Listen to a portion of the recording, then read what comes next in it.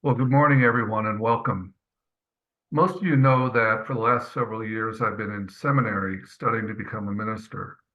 Well, I have good news. After 4 years of study, I'm going to be graduating with my Master in Divinity degree next month. Yay! What you may not know, that it's one thing to graduate from seminary and to get your degree. It's yet another thing to be ordained as a minister. It's two different tracks. They're related but separate. Ordination is a process in which a religious or spiritual community designates a person as clergy with the intent that they will minister to the spiritual needs of people in the name of and on behalf of the community. Ordination happens in different ways depending on what denomination you're in. Most people on this Zoom are no doubt familiar with the Roman Catholic approach, in which priests are ordained by a bishop and then are assigned to serve a particular community. Many Protestant denominations take a much more decentralized approach, with local congregations having the authority to ordain a minister to serve their community. After much discernment and prayer, I've decided that I would like to be ordained as an interfaith minister. Assuming all goes as planned, that ordination will occur in October of this year. I would be ordained by a national community of interfaith ministers who are committed to the interfaith path. And if you're like everyone else who I've told this to, you may have some questions, like, what does it mean to be an interfaith minister? And how does that tie into what we do at the Well and at Prayerful Pause? I think interfaith means several things. First, it means that no one tradition has an exclusive claim to being the one true path to God. As both Thich Nhat Hanh and Richard Rohr put it, each of the world's great religious traditions, at least in its non-fundamentalist form, is like a finger pointing at the moon. No one finger is better or worse than the other. It is the moon, or God, or whatever name you prefer for ultimate reality, that matters. Second, being interfaith means being conversant in the basic beliefs of each of the world's great faith traditions, as well as the people who identify as spiritual but not religious, which according to recent surveys is more than 20% of US adults. This becomes especially important if an interfaith minister wants to serve as a chaplain who provides spiritual care to people going through a difficult time. Being aware of how each group understands ultimate reality, evil, suffering, death, and the afterlife enables an interfaith chaplain to serve more people more effectively. When I'm ordained as an interfaith minister, I also will be certified as an interfaith chaplain. I hope to incorporate interfaith chaplaincy into my work as a minister. Third, being an interfaith minister means believing that we all have something to learn from the world's other great faith traditions. Each of us experiences the divine in a limited way. We're limited because we are human and because our experiences of anything, including ultimate reality, are necessarily limited by our own personal circumstances. God is bigger than us, bigger than any of us humans can understand. Another way to say this is that God is endlessly knowable. Learning about the beliefs and spiritual practices of other traditions can expand our understanding and connection with God in all the ways that God is manifest in the universe. One way to learn about other traditions, of course, is through interfaith dialogue. Interfaith dialogue also is important because it can lead to interfaith action for justice in the world. All of the great traditions teach the importance of compassion and service to others. When we work together across faiths to help the divine beings who are not being treated with the love and respect that they deserve, we can be both more effective in our service and broaden and deepen our connection with God. And of course, at the well, when we think of divine beings who need our help, we think of both human beings and beyond human beings, including Earth and all creation.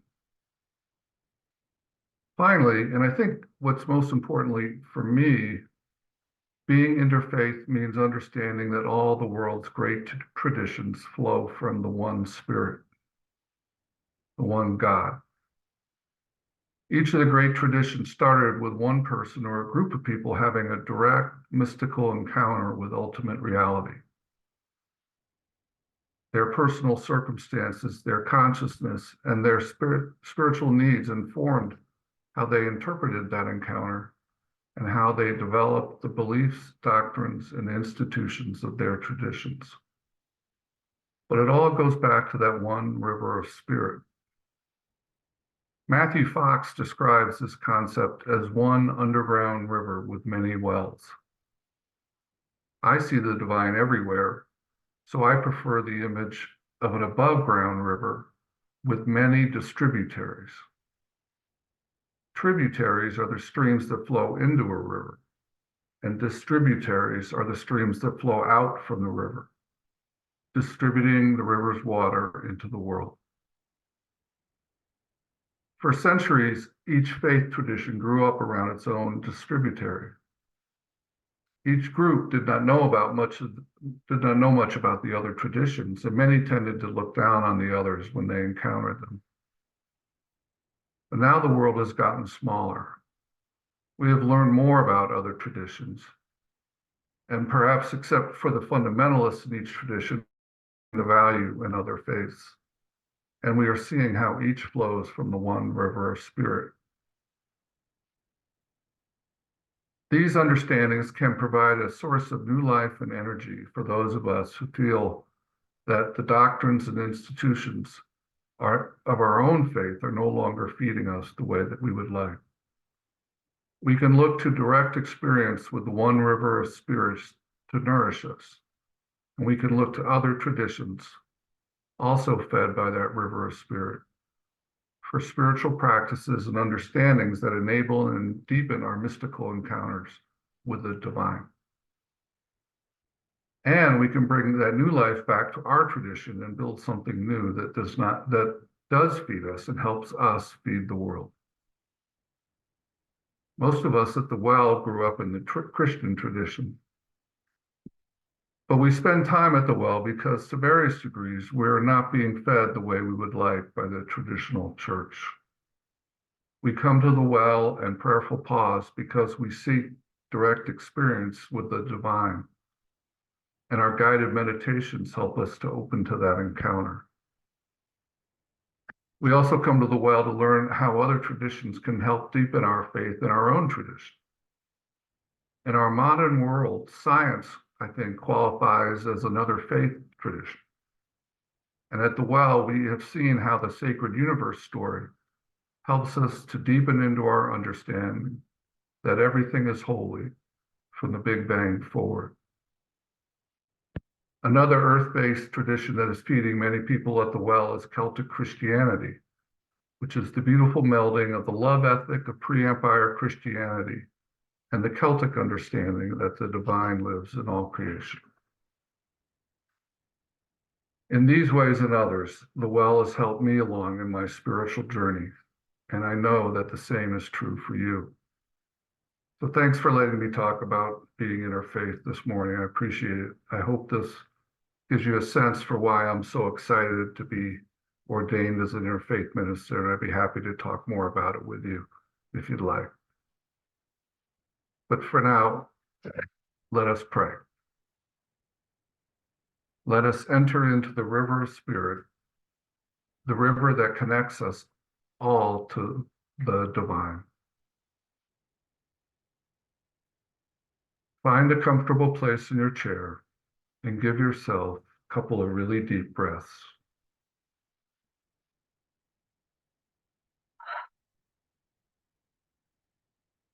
Let your nourishing breath relax the muscles behind your eyes,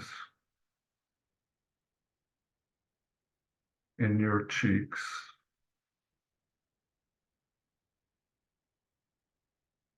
the muscles of your jaw.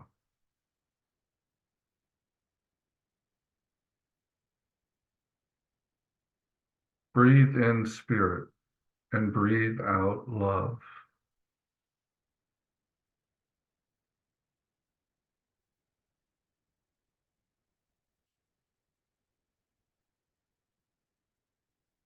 Breathe in spirit and let it fill your heart space.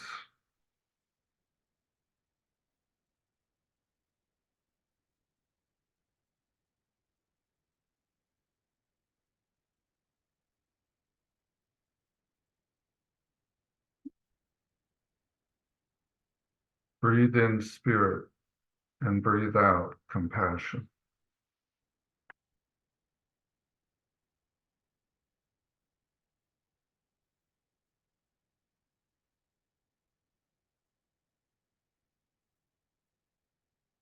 Now take in a deep breath all the way into your belly and let it out with a big exhale.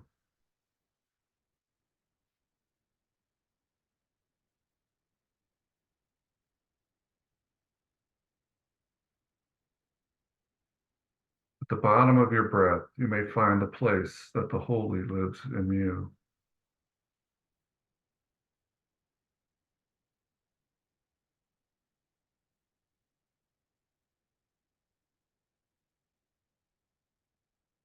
This is your source, your direct connection to the living waters of the divine source.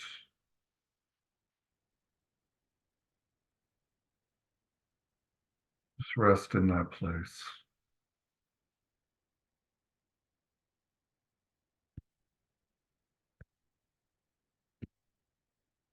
Now, if you'd like, you could move your awareness to your root chakra at the base of your spine,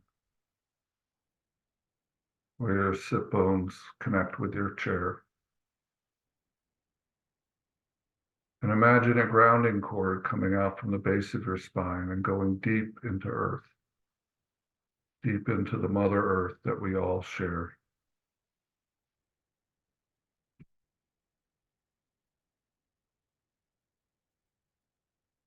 And imagine that grounding cord widening to the whole width of your body, firmly anchoring you to Mother Earth.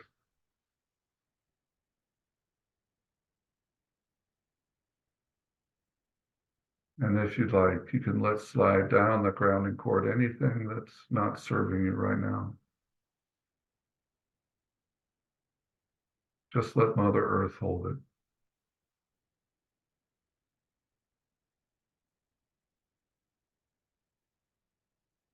Earth is full of Christic energy where the divine meets the material. It flows from the earth into all the plants, creatures, and humans who are connected to it. Breathe in some Christic energy through your feet into your legs.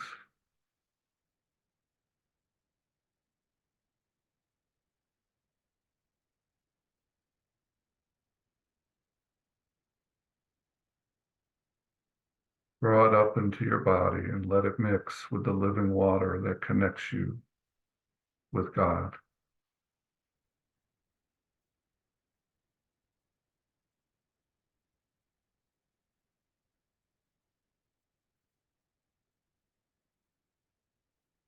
Let your awareness now move to the crown of your head.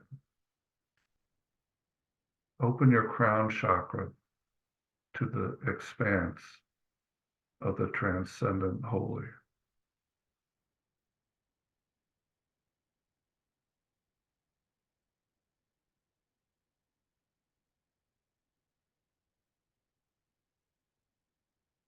Let that cosmic energy flow into you. Let it flow down through your face, your upper torso, down to the place where that source energy and the Christic energy is waiting for it.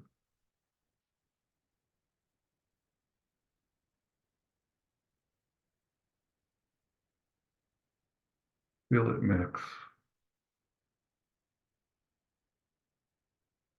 And just rest there.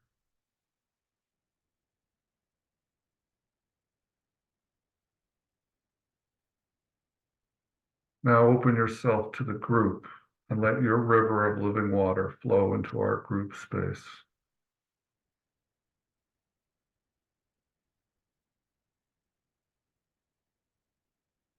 Breathe out love to our group and breathe in the love that is being shared with you.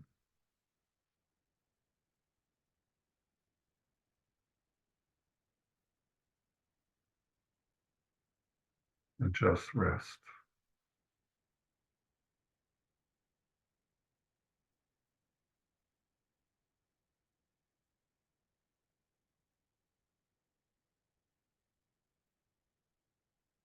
Now, at your own pace and when it feels right, you can come back to our room.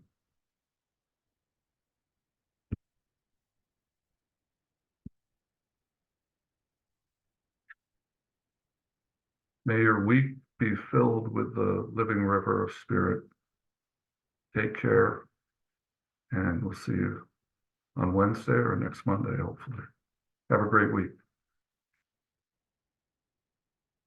Thank you, Bob. That was wonderful. Thanks, Bob. Thank you. It was very informative. Thank you. Thank you. Right. Well, thank you. Thank you Have a guys for good listening week. to me. I don't usually like to talk about myself, but every once in a while.